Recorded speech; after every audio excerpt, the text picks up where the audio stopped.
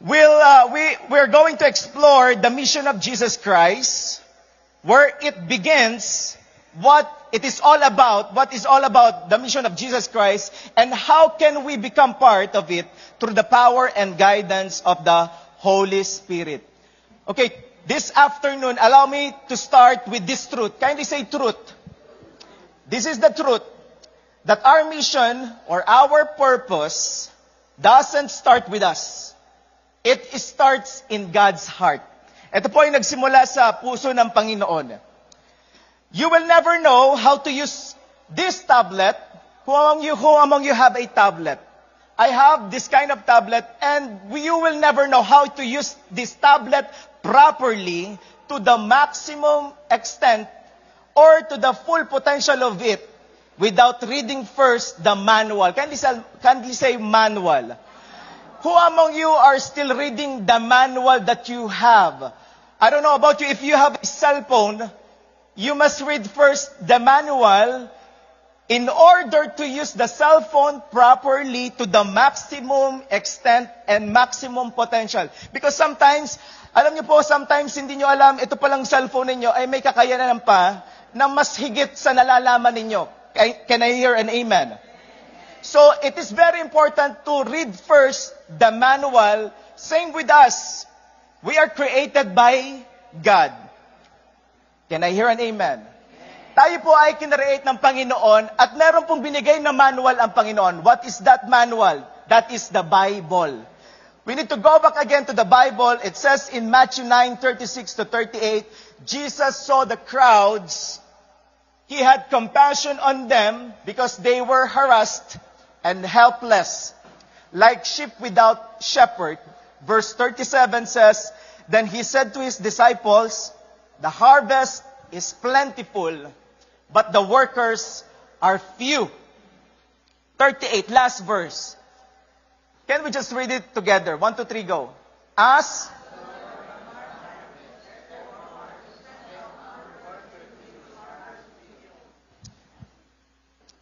the Lord of the harvest, therefore, to send out workers into His harvest field. Can we just bow down our heads, close our eyes, let us pray. Heavenly Father, Lord, marami pong salamat sa iyong word. Lord, we are declaring, Panginoon, ang victory mo sa aming pong service na ito, Panginoon. Lord, I am also praying, Panginoon, that you will continue to teach me, Panginoon. Teach also each and every one of us. Lord, itago mo ko sa iyong likuran at kayo po lamang, Panginoon, ang mag-glorify. Wala na pong iba, Panginoong Isus. This I pray in Jesus' name. Amen. Can we just give a best clap of praise to our God? Okay. In these 3 verses, ito lang ang ating pag-uusapan this afternoon. Over the next few Sundays, we'll talk about through these 3 important C's.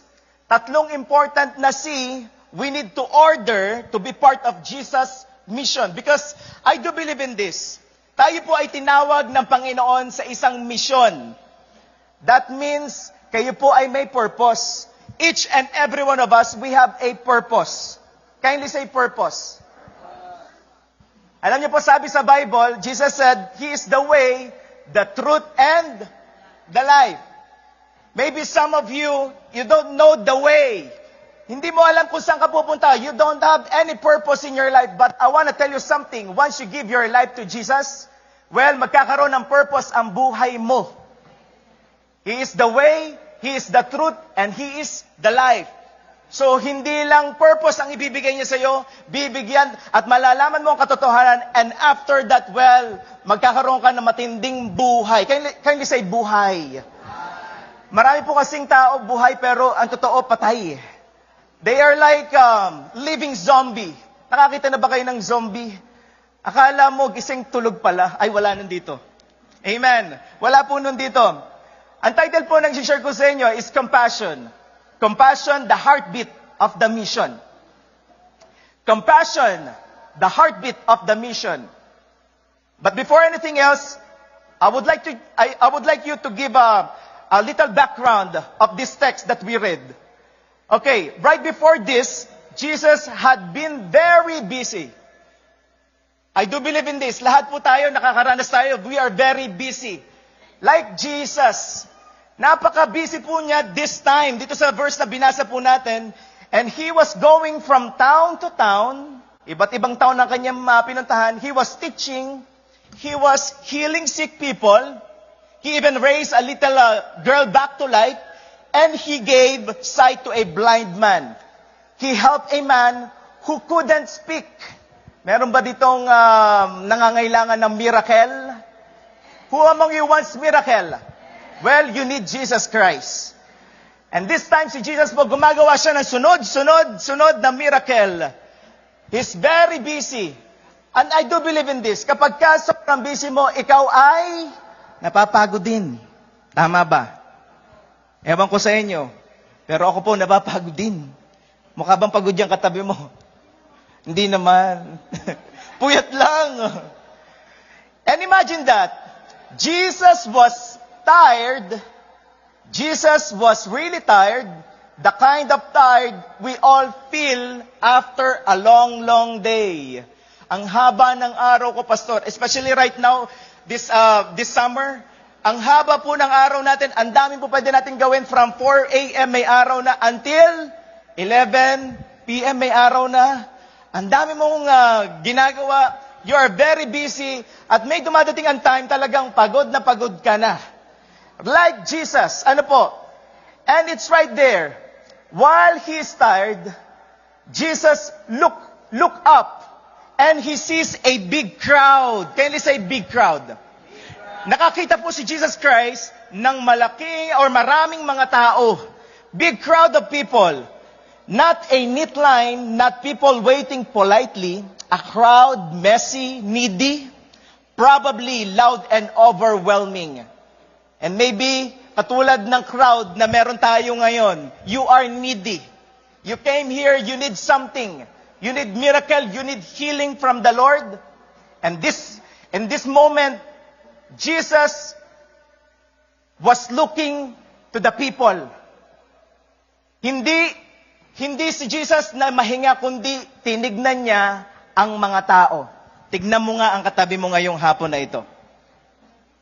Imbis na magpahinga si Jesus, binigyan niya ng oras na tignan ang mga tao. That's why our first point for this afternoon is, Jesus saw the crowd. Napaka-simple. Jesus saw the crowd. Matthew 9:36. Jesus saw the crowds. Alam niyo po, this seems small to you, but it is not. It might be the most important sentence in the whole passage. It is very important po na tayo ay tumigil at makita natin ang mga tao sa paligid natin. Can I hear an amen? Because mission begins with seeing what Jesus sees. Mission begins with seeing what Jesus sees. Ano pa kaya ang nakikita ni Jesus?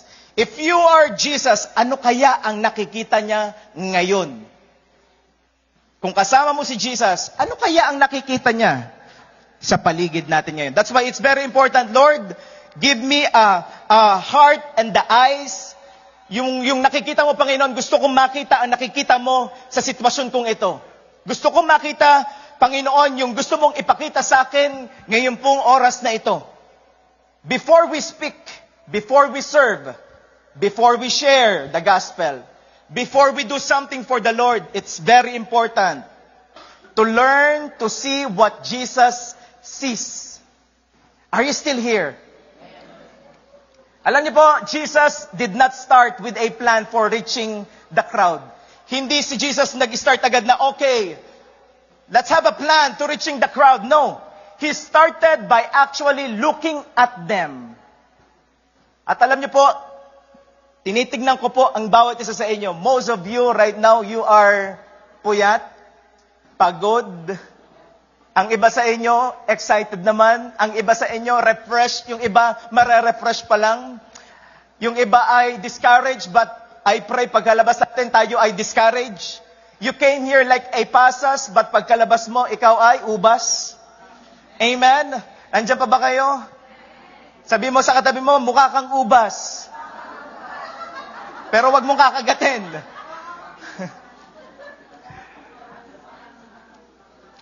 Jesus started actually looking at people, not glancing past them on His way. Hindi lang siya yung bang tumingin lang. May iba kasi tumitingin lang eh. Pero si Jesus tinitignan niya ang bawat isa po sa atin. That means may pakialam siya. Meron ako pong sasabihin sa inyo, Jesus cares about you.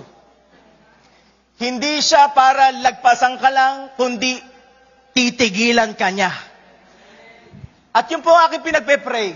This afternoon, hindi lang lumagpas si Jesus, kundi tumigil siya sa bawat isa sa atin. Lord, stop. Lord, stop ka. Lord, mag-stop ka, Panginoon, sa sitwasyon ko. Lord, mag-stop ka, Panginoon, sa buhay ko. Lord, mag-stop ka sa family ko, Panginoon. And He's very willing to stop. He's very willing to help as well to you. And here's something we don't talk about enough. Seeing people takes time. Tama ba? Seeing people, looking at people, takes time. You cannot truly see someone while you are rushing past them. Hindi ka talaga tumitingin sa isang person kung ikaw ay nagmamadali. Are you still here? You cannot truly see someone if you are too busy to stop. Alam niyo po, kahit si Jesus, He's very busy, He's very tired, siya ay tumigil pa rin at tinignan niya. I want to tell you something. Ang Panginoong Hesus, kahit siya ay busy at maraming ginagawa, meron pa rin siyang time para sa bawat isa sa atin. Hindi siya mawawalan ng time. Jesus was busy, busier than any one of us here. Ano po? And He still stopped to see. Because He values people.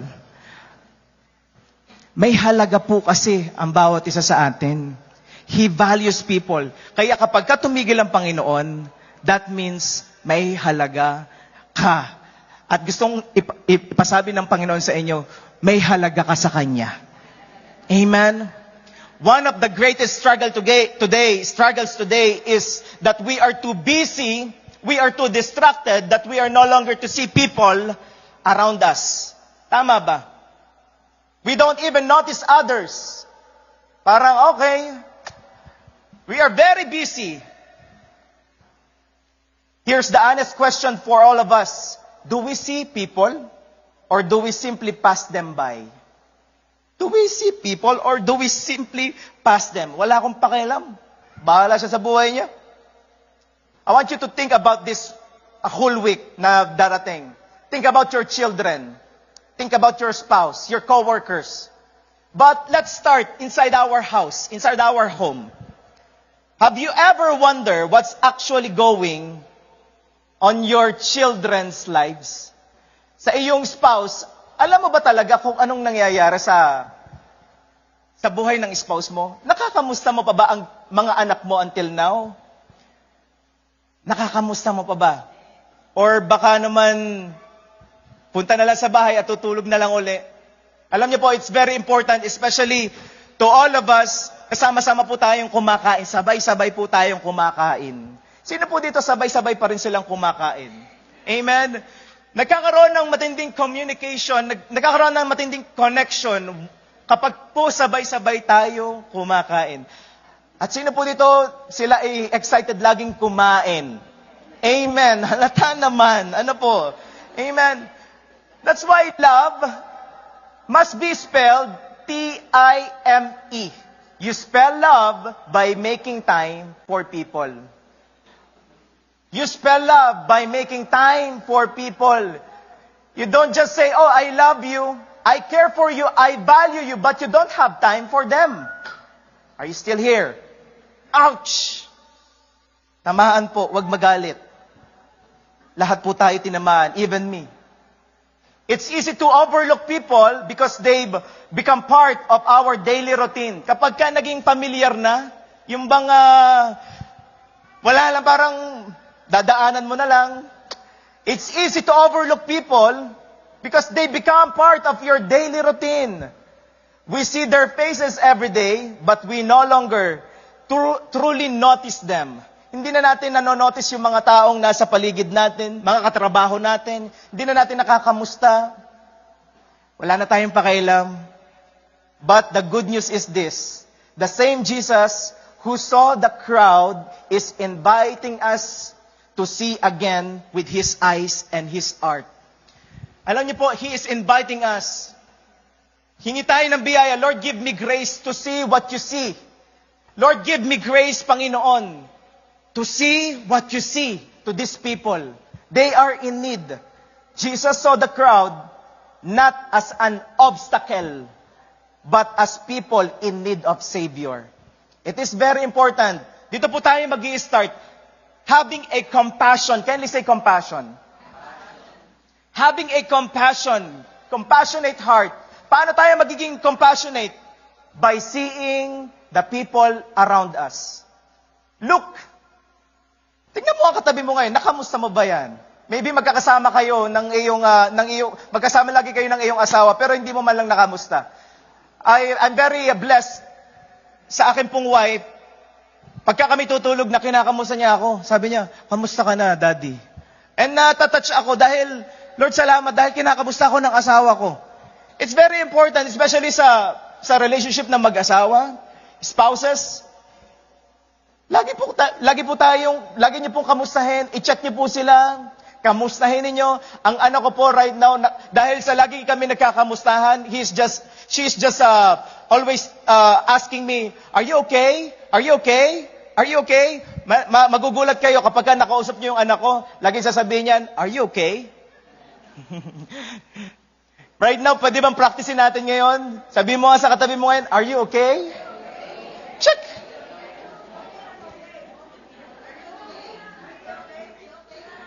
Yung may compassion na tao, may pakailam yan sa ibang tao. Can I hear an amen? Amen. So, Jesus saw the crowd. Ano po? Number 2, Jesus was moved by what He saw. Hindi lang tinignan ni Jesus ang mga tao. Jesus was moved by what He saw. Matthew 9:36. Jesus saw the crowds. He had compassion on them. He had compassion on them because they were harassed, helpless, like sheep without a shepherd. Jesus saw the crowd. He had compassion. Isasabihin po ako, you cannot care deeply for people you refuse to notice. You cannot care deeply for people you refuse to notice. The word is used here, compassion, doesn't mean feeling a little sorry for someone from far away. It's not just like feeling, oh, sorry, I'm really sorry. Na-experience mo yan. It means something inside Jesus was moved, stirred, and shaken. Na-move po si Jesus sa kanyang nakita. And this is not God looking down at people from heaven unbothered. Alam niyo po, sa ating mga situation right now, ang Panginoon po, He is looking at us. He's looking in us. Tinitignan niya tayo, at hindi siya Diyos na, oh, I'm unbothered right now sa nangyayari sa mga anak ko ngayon. No! May pakailan po siya sa bawat isa sa atin. This is God who feels what we feel. He deeply cares about you, kapatid. God deeply cares about you. And notice why Jesus was moved. Jesus saw them that they were harassed, helpless, like sheep without shepherd. Alam niyo po, ang Panginoong Hesus, hindi niya sinabi na, oh, you are rebellious people. You are sinful people. You are my enemies. No. Alam niyo po sinabi ni Jesus, they are harassed. They need help. And most of us, paminsan, alam niyo po, may nakita tayo, they need help, but wala tayong pakialam. And I pray after this service, we will have that kind of compassion. Lord, give us grace to have that kind of compassion. Na kapag nakakita tayo ng ibang tao na in need, we will help them. Can I hear an amen? Can I hear an amen?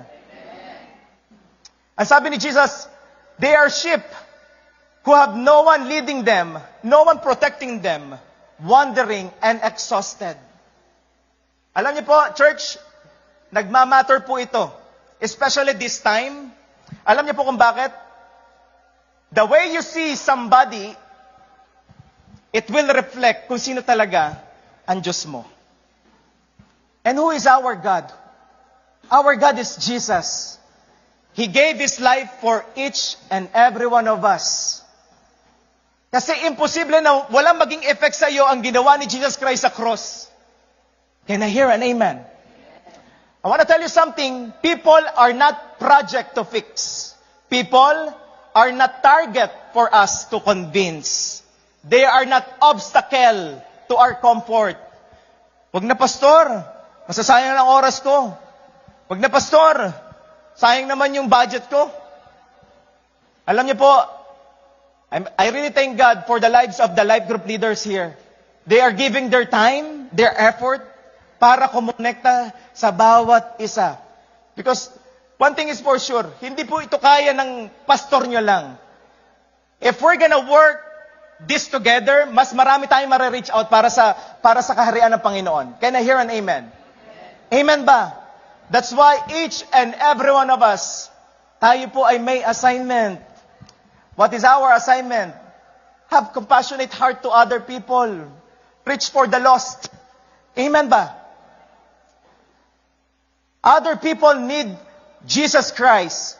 Charles Spurgeon once said, sabi po ni Charles Spurgeon, a sense of pity for the multitude is one of the surest marks of the true minister of God. A sense of pity. What does it mean? Yung bang naaawa ka sa mga taong nasa paligid mo? Lord, I do believe these people, itong mga ka-workmates ko, itong family members ko, they need you as well. Can I hear an amen? If that's true, for those people who lead, it's true for everyone, for us as a follower of Jesus Christ. Compassion isn't optional for the believer. It's the evidence that we've actually encountered Jesus Christ. Kapag ka may compassionate heart ka, well, that's the evidence. Kindly say evidence. Don't tell me that you are Christian, but you don't have any evidence having a compassionate heart to other people. Because once you encounter Jesus, once you really understand what Jesus did on the cross, well, may evidence yan, kapatid. Being a Christian, there's an evidence. And what is the first evidence? You have a compassion in your heart. Lord, gusto ko ang mga magulang ko makakilala din sa iyo. Lord, gusto ko mga kaibigan ko makakilala din sa iyo, Panginoon. Lord, not only me, but also people around me, even to the strangers. Can I hear an amen? Ang bilis ano? May natutunan po ba tayo? Tapos na ako. No, I'm just kidding. May number 3 pa. So number 1, Jesus saw the crowd. Number 2, Jesus was moved by what He saw.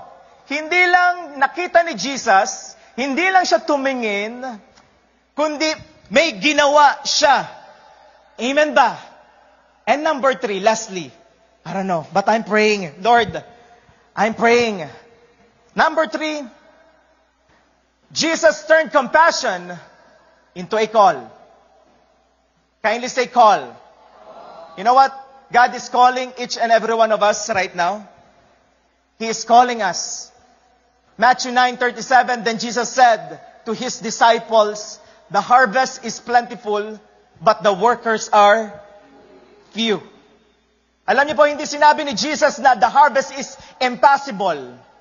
He says, the harvest is plentiful. That means the harvest is possible, kapatid. The harvest is possible. In Edmonton, the harvest is possible. In your workplace, the harvest is possible. In your family, the harvest is possible. Ano sinasabi ni Jesus? People are ready to hear the good news. And what is the good news? Ano ba, pastor, yung good news or yung gospel? Well, it's very simple. It's very simple. Jesus Christ gave His life for us. Died on the cross. Paid for our sins. Past, present, and future. And we are all sinners. But Christ still loves us. Can I hear an amen? Naintindihan kaya natin yung gospel? One of these days, we're gonna talk about gospel. Because I want you to understand the gospel. It is very important. God still loves you. And He cares about you. Namatay si Jesus sa cross para bayaran ang ating mga kasalanan. And that is the gospel.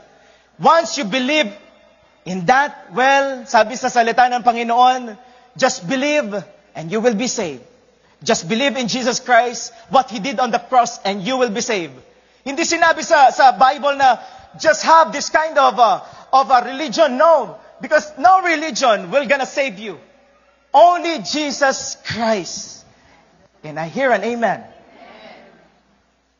The problem isn't the harvest. It's the lack of workers willing to go. That is the problem. Jesus said to His disciples, the harvest is plentiful, but the workers are few. So, hindi issue ang i-invite. Ang issue ay ang mag-i-invite. And sometimes, we are just looking to the pastor. Si pastor lang talaga ang tinawag para dyan. No. I want to tell you something. Sinabi to ni Jesus sa kanyang disciples. And who are the disciples of Jesus right now? Us. All of us. We are the disciples of Jesus Christ.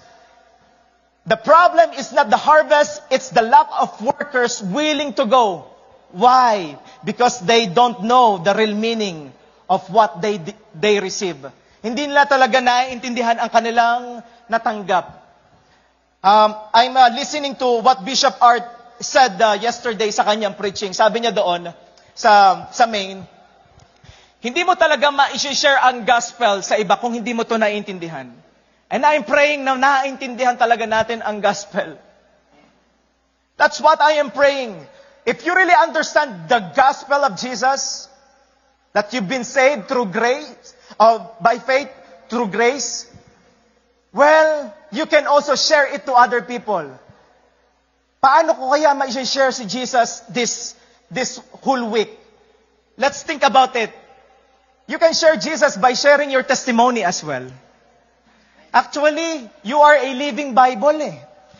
Tayo po ay living Bible. Saan man tayo pumunta, tinitignan tayo ng tao. And it's very hard to share Jesus Christ when your life itself doesn't represent Him. It's very hard. You're sharing Jesus, but your life is like that.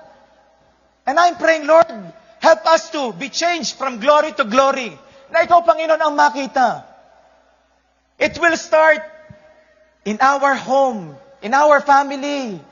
This will start inside our house. Are you still here, parents, childrens? Amen ba? Hindi laging sa labas. Some of us, we are just thinking na, I want to go and make disciples. Well, if you really want to go and make disciples, start first inside your family.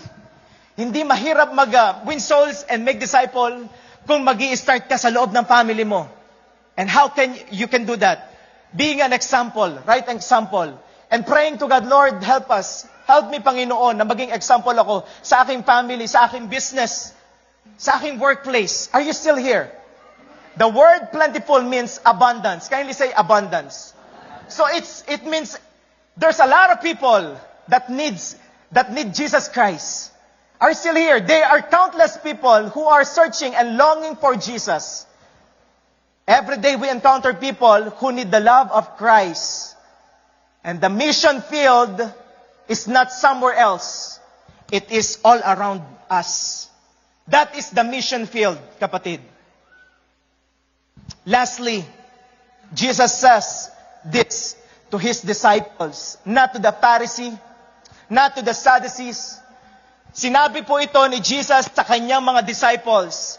This reminds us that mission isn't reserved for the pastors, for the missionaries, for the church staff. It's for us. Ano po? For us. Every follower of Jesus is invited. Can you say invited? Tayo pong lahat, we are invited to be part of God's harvest. Are you still excited? Alam niyo po, excited ako. Kung nakikita niyo po itong ating upuan right now, marami pang po pwedeng umupo dyan. And I'm having a vision na hindi lang tayo lang every Sunday. Darating ang time, mapupuno tayo. We're gonna have a second service, third service. Why not? Fourth service? Amen ba?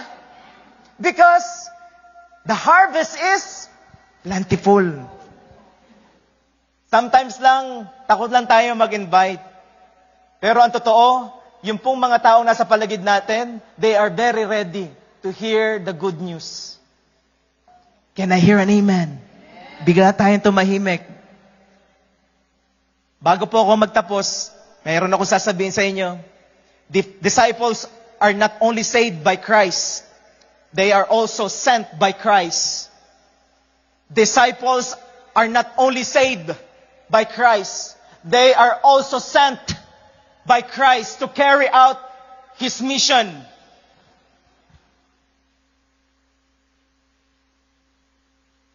Every believer has received not only salvation, but also a mission. Most of us, we are just stop having a salvation, but after that, you have no mission. And God wants us to know, well, it doesn't stop in salvation because we still have a mission, kapatid. We still have a mission to do. We see the same pattern all the way back in Isaiah 6 verse 8. Alam niyo po, life ni Isaiah, ang sabi doon sa Isaiah 6 verse 8, and I heard the voice of the Lord saying, whom shall I send? And who will go for us? Ang sabi ni Isaiah, ano sinabi niya? 1, 2, 3, go. Here am I, send me. Here am I, send me. Guess what? Isaiah was not a priest.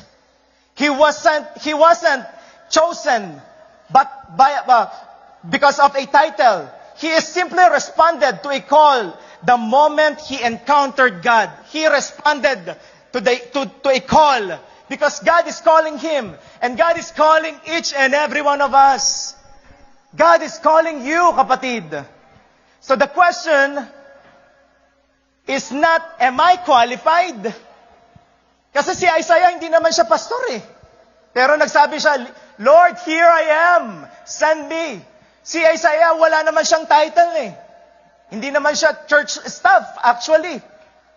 Nag-ask lang si Lord, sinong isasend ko? And God is asking each of us right now, who am I gonna send? The question isn't, am I qualified? Are you qualified? The question is, when God asks, whom shall I send? Will you be the one who says, here I am, send me? Will you be the one? Alam niyo po, this time, nakakalungkot, kapag ibang bagay, we are just saying yes, yes. But pag para kay Lord, parang, ang hirap mag-yes. But you know what? Next week, I'm very excited sa Next C. Because it's all about commission. Kindly say commission. Right now, we're just gonna talk about compassion. But next week, come back again. Because you will know what's the rewards of it once you do this kind of mission. Are you still excited? And here's the application. Pastor, ang hirap naman ng ginawa ni Jesus. Paano ko kaya gagawin yan? Merong sinabi si Jesus na application. This is the very important thing. Just a one word, pray.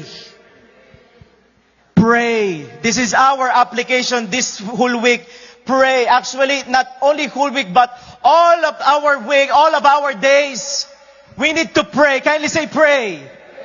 Matthew 9:38, ask the Lord. In short, pray to God.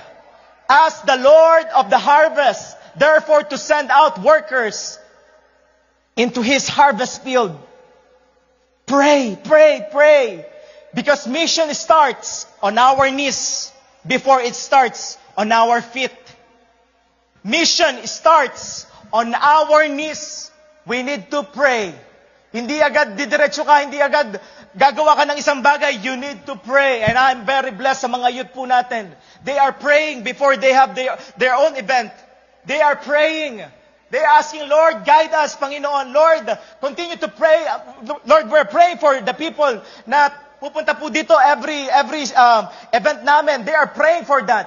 At alam niyo po, nakakatuwa sa mga youth natin ngayon, revival. May revival po na nangyayari. Alam niyo po, in our church, if you really want revival in our church, we need to pray. We need to pray. Ask the Lord. Why, Pastor? Why we need to pray? Because prayer is a symbol of humility. Because prayer is acknowledging that you need God. Nakalimutan na natin na kailangan natin ng Panginoon. For a very long time, some of us, we stop praying. We stop praying. And God is reminding us, pray again. Pray again. Ask the Lord. We stop. And some of us na wala na yung dating apoy. Why? Because we stop to pray. We stop acknowledging that we need God. Are you still here? Sabi po sa 2 Chronicles 7:14, then if my people who are called by my name will humble themselves and pray and seek my face and turn from their wicked ways, I will hear from heaven and will forgive their sins and restore their land. Who among you wants to experience restoration? You want to experience revival? You need to pray again. If my people who are called by my name humble themselves, Lord, we need you. Lord, we need your help in our family, in our ministry, in our workplace, oh God. That's our mission field. Lord, use us, Panginoon. Use us again. Nakakatuwa dun sa GNT, Good News Translation. Sabi dito, if they pray to me and repent and turn away from evil they have been doing, then I will hear them in heaven, forgive their sins, and make their land prosperous again. And prosperous, being prosper, doesn't just mean in a physical, but also in emotional, in spiritual, in every aspect of our lives. You want to be prosperous? Well, we need to pray again. We need to pray again. Kindly say to your neighbor, pray again. We are not just saved. We were sent. We are not just saved. We were sent. Perhaps you are telling to yourself, I'm not ready, Pastor. I don't know enough. I'm not gifted. Well, me too. I'm not enough. I'm not ready. I don't know enough. I'm not gifted. Same with me. But remember this. Remember this. The success of the mission doesn't depend on your ability. It depends on God's power. Uulitin ko po. The success of the mission doesn't depend on your ability. It depends on God's power. It depends on God's power. Sometimes you are just thinking, oh, Lord, di ako enough. Well, hindi naman ikaw eh. It's not about you. It's about God. He's just asking you, are you ready? Are you willing, actually? Are you willing? And those who are willing right now, I want to challenge you. If you are really willing, I would like you to stand up. Sa mga willing na sumunod para kay Lord. Lord, here I am. Lord, here I am. Send me. Lord, here I am. Send me. Like Isaiah, di naman siya pastor eh. Like Isaiah, wala naman siyang may pagmamalaki. Pero isa lang word, Lord, willing ako magpaghamit sa iyo. Lord, I am not perfect. Well, hindi hinahanap ni Lord ay perfect. Ang hinahanap ni Lord ay willing. Ang hinahanap ni Lord ay willing magpagamit sa Kanya. Salvation was never meant to be finish line. It is the starting point of every Christian. It is the starting point of every Christian. And if you are just here, first time, I would like you to know that God loves you. God loves you. Mahal na mahal po kayo ng Panginoon. God loves you. Pastor, bakit ito yung na-experience ko? Why am I experiencing? If God loves me, why my life is falling apart? Well, we are living in a sinful world with broken people. We are living here, at alam niyo po, this is the greatest problem of humankind. We call it sin.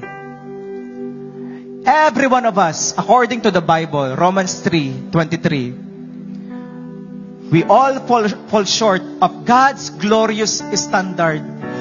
Though God loves us, we all fall short because of our sins, including me. There's no exempted, each of us. We all sin against God. We all fall short against God's glorious standard. But here's the thing. Romans 5 verse 8 says,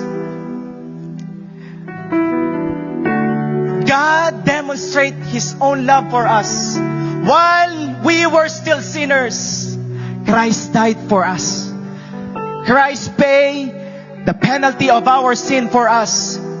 Instead of you paying for your sin, Christ paid for you. And that is the gospel. And it says in John 3:16, if you will just believe in that, someone paid for your sin, you will be saved. And right now, I would like to challenge you. Challenge you to offer your life to Christ. Give your life to Christ. And right now, we're just gonna pray. Can I invite you to just put your right hand on your chest? Just put your right hand on your chest and say this prayer. Lord Jesus, I acknowledge that I am a sinner. I am broken. Jesus, forgive me for all of my sins. Jesus, I believe that you died and rose again. You paid for my sins. Jesus, I open my heart.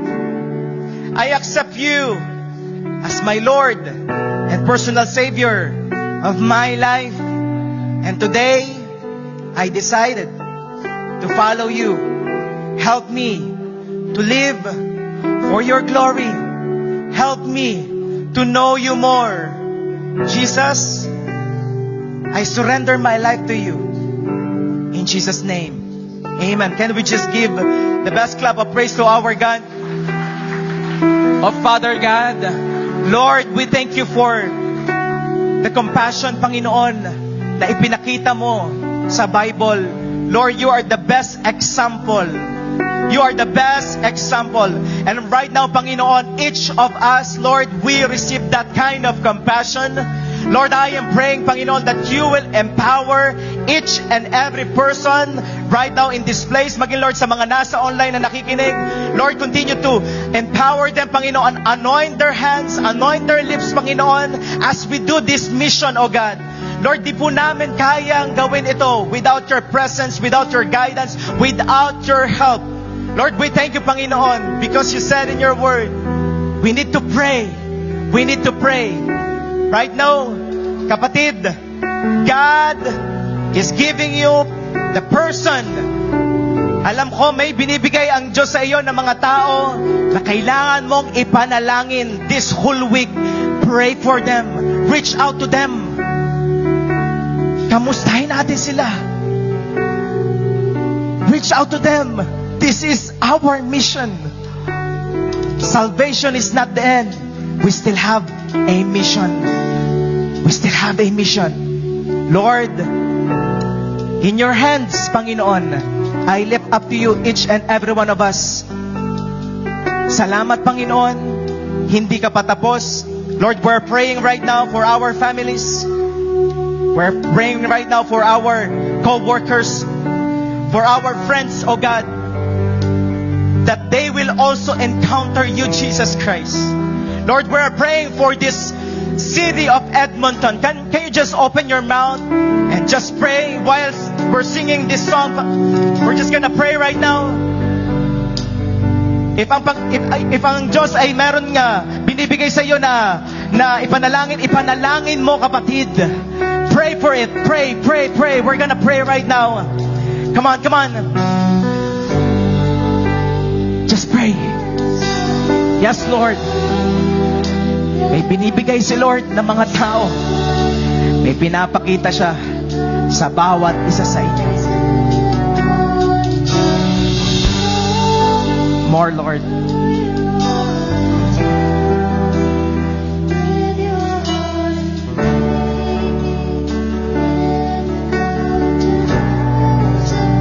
Lord, itong mga taong ito na ipinakikita nyo sa amin, Lord, we do believe darating ang time makakasama namin sila dito sa church. In Jesus' name. Sa aming life groups. In Jesus' name. Lord, we don't limit you. We don't limit you, Jesus. Come on. In Jesus' name. Right now, if merong mga tao na pinakikita si Lord, just tell or speak that name. And we're just gonna pray. Lord, just declare that name. Lord, itong mga taong ito, Panginoon, na sinasabi ng aking mga kapatid, Lord, ang mga kaibigan, family members, oh God, Lord, right now, we are praying for them, oh God. Touch their hearts, oh God, in Jesus' name. In Jesus' name. Lord, ano ang barriers na nilalagay ng kaaway para hindi po nila kayo makilala? Lord, we cancel it, we rebuke it in the mighty name of Jesus. Lord, right now, Lord, we are declaring your victory upon their lives, oh God. In the mighty name of Jesus. Salamat, Panginoon. Lord, pinaunawa mo sa amin this afternoon na meron kaming mission as a Christian. Help us, oh God. Give us grace to do it for your glory. Salamat, Panginoon. We give you back the highest praise, honor, and thanksgiving. This we pray in Jesus' name. Amen and amen. Can we give God the best clap of praise? Come on, palakpakan natin si Lord. Praise God. Makakaupo na po tayo. Meron lang akong sasabihin, real quick. Okay. Next week, ready po tayo. Magre-ready din po kami ng box dito. If meron kayong mga kamag-anak, maybe family members or mga co-workers na kailangan ng prayers or gusto nyo na sila ay ma-reach out ng gospel, makakilala sa Panginoon, ililista nyo po ang name. Kaya kahit nasa bahay pa po kayo, ilista nyo na po yung name and we're just gonna pray for it every Sunday here. Are you guys excited? Amen. So, ilista nyo po, just list every name ng inyong mga kaibigan, mga kapatid, na gusto nyo makakilala sa Panginoon. We're gonna pray it here every Sunday. Okay? Okay, can we just give God the best clap of praise? Praise God.